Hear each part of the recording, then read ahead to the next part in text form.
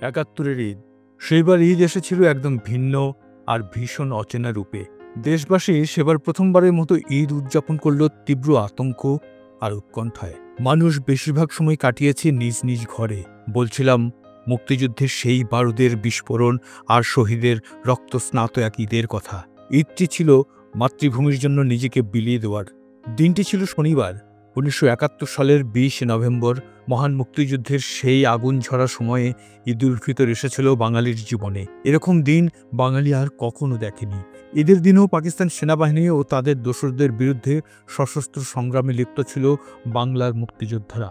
ঈদের দিন কলকাতার থিয়েটার রোডে অস্থায়ী বাংলাদেশ সরকার সদর দপ্তরের সামনে ঈদ জামাতে অংশ নেন প্রবাসী বাংলাদেশ সরকারের প্রধানমন্ত্রী তাজউদ্দিন আহমেদ, মুক্তিবাহিনীর প্রধান সেনাপতি জেনারেল এম.এ.জি. উসমানী সহ প্রবাসী বাংলাদেশ সরকারের উচ্চপদস্থ কর্মকর্তারা।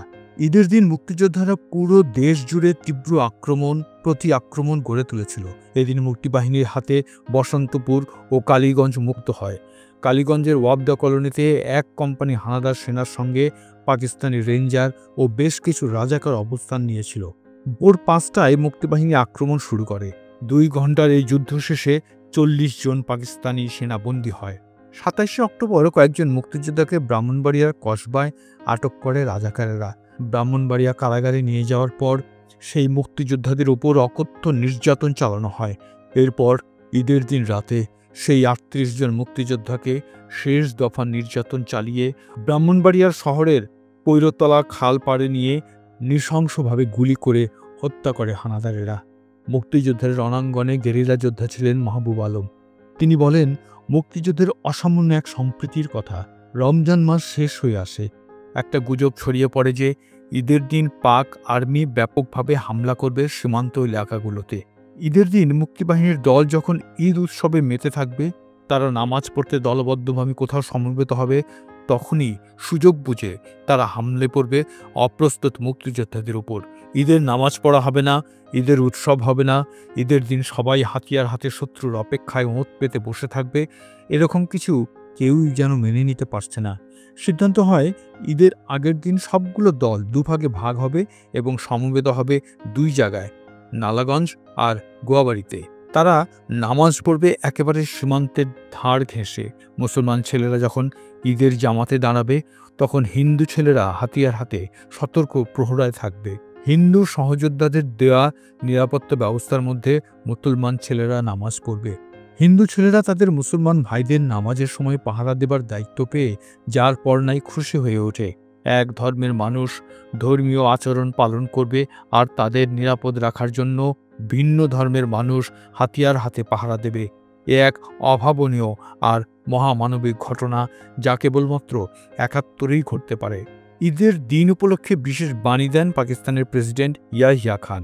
ঈদ উপলক্ষে সেদিন যুদ্ধে অবস্থানরত পাকিস্তানি সেনা ও রাজাকারদের বেতন ও রেশন বাড়িয়ে নতুন করে নির্ধারণ করে পাকিস্তান সামরিক প্রশাসন। পাকিস্তান অবজারভারের প্রতিবেদন অনুযায়ী কোম্পানি কমান্ডারদের বেতন নির্ধারিত হয় ২৫৫ রুপি রেশন সহ, আর রেশন ছাড়া নির্ধারিত হয় ৩০০ রুপি।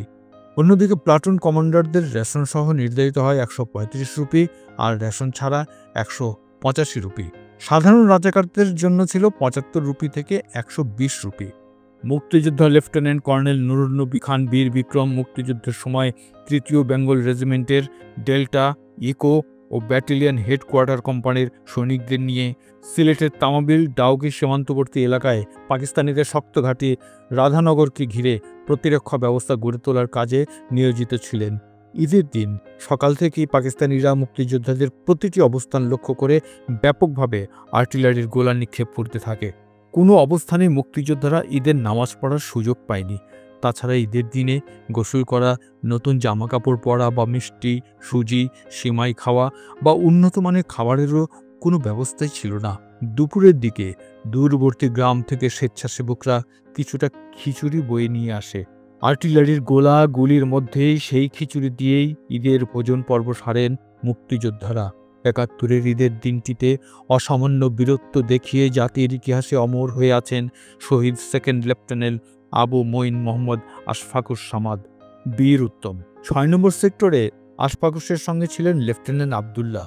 তারা দুজন মিলে রায়গঞ্জ আক্রমণের পরিকল্পনা করে ফেলেছিলেন। লক্ষ্য ছিল রায়গঞ্জ মুক্ত করে ফিরে যাবেন হেডকোয়ার্টারে। হানাদার বাহিনীর শক্ত ঘাঁটি রায়গঞ্জ দখলের জন্য তারা বেছে নিয়েছিলেন ঈদের দিন রাতকে। চাঁদ রাত 9টার দিকে লেফটেন্যান্ট আশফাকুর সামাদ ও লেফটেন্যান্ট আবদুল্লার নেতৃত্বে 30 জনের 2টি মুক্তিযোদ্ধার দল এগিয়ে গেলেন হানাদারদের ঘাঁটির দিকে। রাত 11:30টার দিকে তারা যখন এফইউপিতে পৌঁছলেন, তখনই হানাদাররা তাদের অবস্থান নির্ণয় করে ফেলে। শুরু হলো বৃষ্টির মতো আর্টিলারির ফায়ার, মর্টার আক্রমণ ও মেশিনগানের গুলি। ভয়াবহ বিপর্যয়ের মুখে পড়লেন মুক্তিযোদ্ধারা। শুরু হলো রক্তক্ষয়ী সংঘর্ষ। ভোর ঘনিয়ে আসছে, ঈদের দিনের ভোর। হানাদারদের আক্রমণ বেড়ে গেছে 4 গুণ। আশফাকুর সামাদ দেখলেন সামনে মহা বিপদ।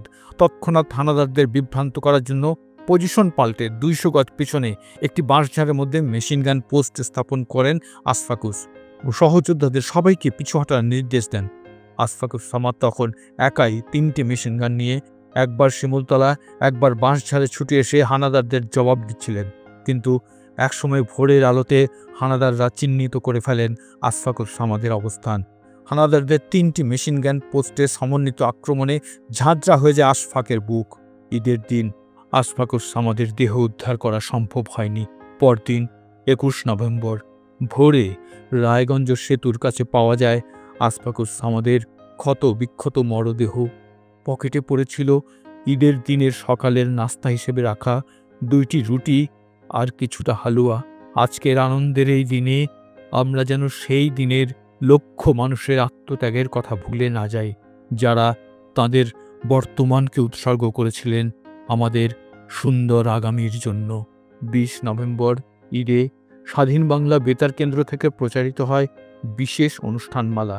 এতে আলোচিত ও আলোড়িত ছিল একটি গান, চাঁদ তুমি ফিরে যাও, দেখো মানুষের খুনে খুনে রক্তিম বাংলা, রূপসী আঁচল কোথায় রাখবো বলো।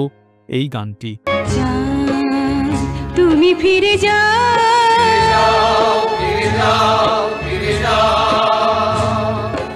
গানটির কথা লিখেছিলেন শহীদুল ইসলাম, সুর করেন অজিত রায়। শিল্পী রূপা ফরহাদ সহ আরও অনেকেই গানটিতে কোরাস গিয়েছিলেন। মুক্তিকামীদের বুকে এপারে ওপারে সেদিন চাঁদ এসেছিল এবং চাঁদকে ফিরিয়েও দেওয়া হয়েছিল কেবল একটি স্বপ্ন পূরণের আশায়। সেই প্রত্যাশার সূর্য ওঠে 16ই ডিসেম্বর। লোমহর্ষক নির্যাতনের স্মৃতি ভুলে আনন্দে মেতে ওঠে সবাই।